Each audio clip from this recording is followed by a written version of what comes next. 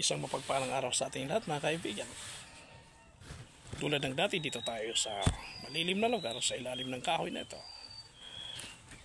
At dito tayo nag-aaral ng salita ng Panginoon na binabahagi ko naman sa inyo, mga kaibigan at mga kababayan. Alam niyo na ba ang kasaysayan tungkol sa Sodoma at sa Gomora?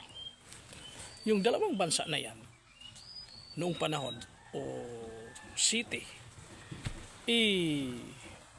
hinatulan ng Panginoon dahil sa kanilang pagsuway or disobedience sa Panginoon.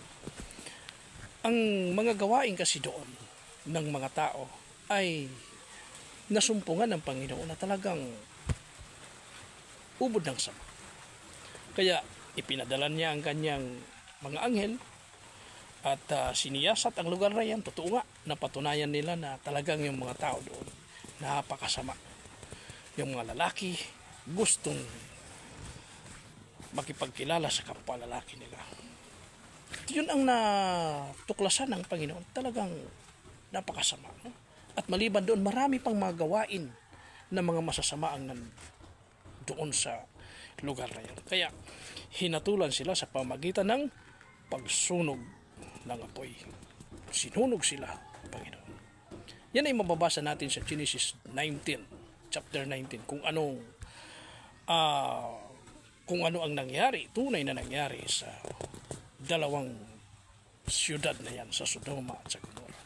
At ang Sodoma at sa Gomora na yan, iyan ay nakikita natin ang kanilang lokasyon. Bagaman wala na doon ang mga tao, nasunog na eh.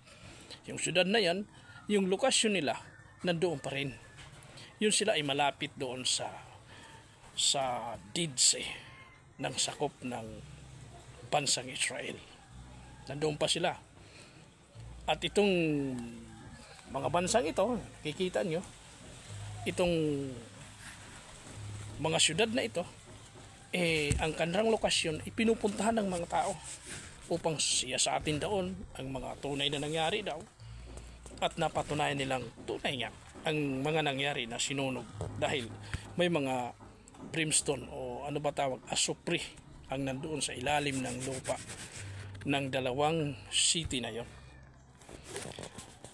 Kaya itong Sodoma at Gomora nagsisilbing isang halimbawa ng mga taong hindi kumikilala sa Panginoon at hindi tumatalima sa Panginoon, kaya sila pinarusahan ng pagkasunog. At ano naman ang sabi ng Panginoon habang inuutusan niya ang kanyang mga alagad upang naipalaganap ang magandang balita? Ang Matthew 10 verse 14 hanggang 15, ito ang sinasabi: saan man at ang sino man ay hindi tumatanggap sa inyo o makikinig sa inyong mga salita, sa paglabas sa bahay na iyon o sa lungsod na iyon ay ipagpag ninyo ang alabok sa inyong mga paa. Katotohanan, sinasabi ko sa inyo, higit na mababata ng lupain ng Sodoma at Gomora ang araw ng paghuhukom kaysa ng lungsod. Ano ang sabi ng Panginoon? Higit na mababata ng Sodoma at sa Gomora kaysa lungsod na iyon na hindi makikinig sa salita na kanyang ipinadala sa kanyang mga apostol. Bakit niya sinabi higit na mababata samantalang wala na ang Sodoma at Gomora? Ang ibig sabihin niyan ay ang Sodoma at ang Gomora, nakikita pa natin yung lokasyon nila.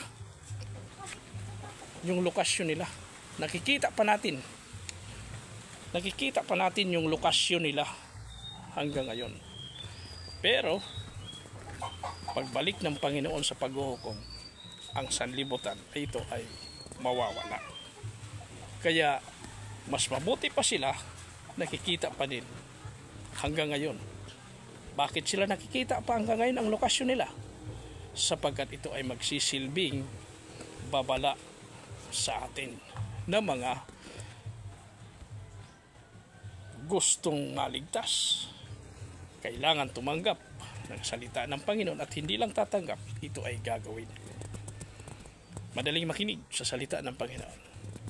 Ngunit ang paggawa nito, ito ay nangangailangan ng dedikasyon, mga kaibigan, mga kababayan. Kung pagsunod sa kalooban ng Panginoon ay kailangan gagawin natin, mayroon tayong pupursige na masunod ang kanyang kalooban. Yun ang gusto ng Panginoon. Pagpalang araw, pagpalain tayo ng ating Panginoong Yeshua Messiah.